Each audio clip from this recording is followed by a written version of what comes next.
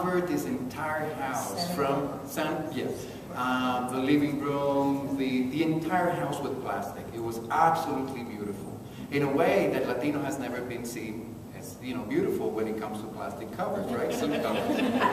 People will come in and say, "This is so amazing, this is so beautiful, so intriguing," and the more people come into the home, the more that they love the installation.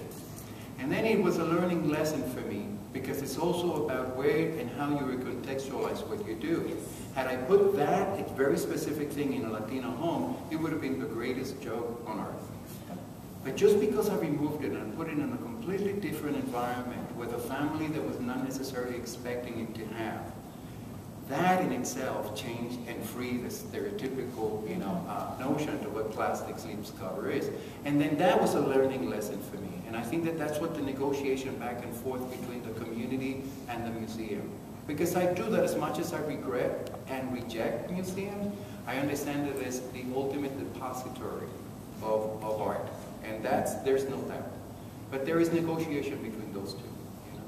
And speaking of repository, I want to acknowledge that Andrew Connors, who was at the National Museum of American Art, Smithsonian, was one of the people that spearheaded the acquisition of our work. I would not be in the Smithsonian or with Pepón or Ested or anything if Andrew hadn't put effort in with a number of other people, but really spearheaded that. And that was in the 1990s, and we were reminiscing today. Will that ever happen again? Will there ever be a massive movement of acquisition of work outside the canon? And the reality is probably not. And it came out of something that Alicia Gonzalez and a few other people brought about when they complained about the treatment of Latinos within the sort of life of the Smithsonian. They all worked there, which then got to the Caucus on the Hill, which then got to Congress, which turned into a report called Willful Neglect, I believe was the name of it. And that precipitated then all of the Smithsonian museums and holdings to try to show some response to Latino culture. And with Andrew and others, and Helen, we were able to be collected. And that might never happen again. And so that's the way that the system changes.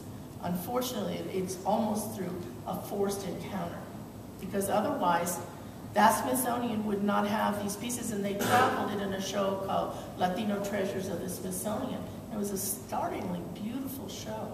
I mean, all kinds of people were in that. And not only in the museum, it's actually happening in the film industry. We're going back again to the same as where we started.